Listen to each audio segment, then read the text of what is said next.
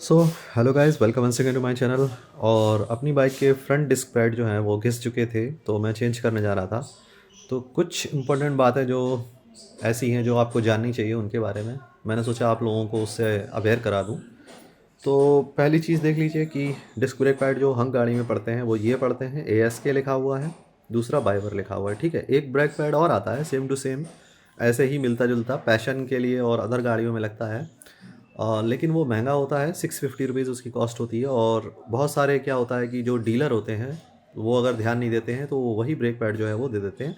तो पहली बात, वो इन गाड़ियों में अप्रोप्रिएट काम नहीं करता है, उसकी ग्रिप जो है उतनी अच्छी नहीं है, मटेरियल दूसरा है उसमें। और दूसरी बात, आपको महंगा भी पड़ेगा। ये 350 का है जबकि वो 650 रुपये का पड़ता है। पार्ट नंबर एक बार आपको दिखा देता हूँ इसका।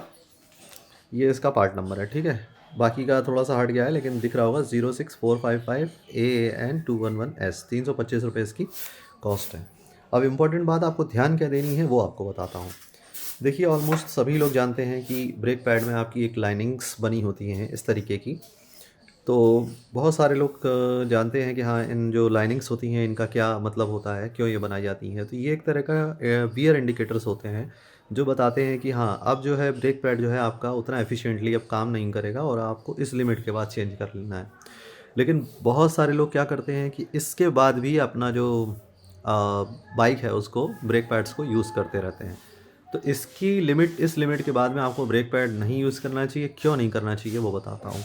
देखिए, होता क्या है कि जैसे ये फ्रंट मास्टर सिलेंडर आप देख रहे हैं, तो जब ब्रेक पैड नए इंस्टॉल किए जाते हैं, जो एक्स्ट्रा ऑयल होता है वो इससे निकल जाता है। जैसे ही आप इसको क्लोज़ करेंगे खुद ब खुद निकल जाएगा।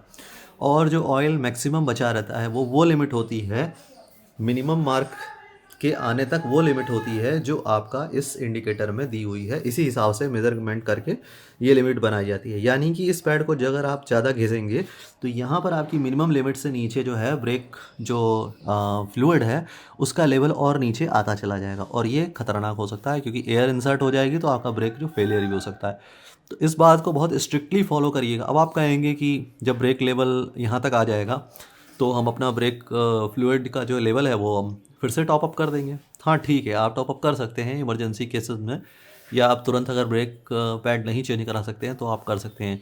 लेकिन उसका जो ड्रॉबैक है वो ये होता है कि जब वापस आप अपना नया ब्रेक पैड जो है वो इंस्टॉल करेंगे तो ये होगा कि जो पिस्टन्स हैं वो इजीली अंदर नहीं जाएंगे जब तक कि आप जो एक्स्ट्रा ब्रेक फ्लूइड है उसको आप इससे हटाएंगे नहीं।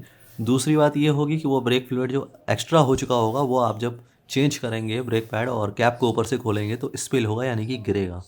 और ब्रेक फ्लूइड पेंट डैमेज करता है, ये बात सब लोग जानते हैं।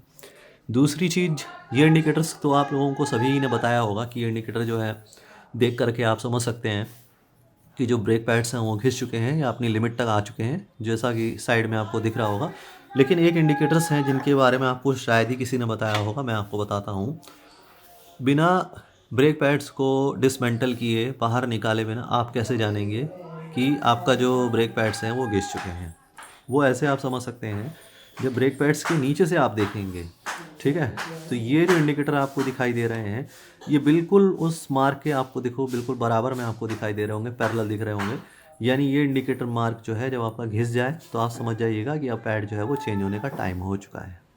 देखिए, मैच कर लीजिए, बिल्कुल बराबर में ये मार्क बनाए गए हैं और ये हिस्सा जो है ये नीचे रहता है। तो इसको देख करके आप लोग समझ सकते हैं, ये वाला हिस्सा ऊपर रहता है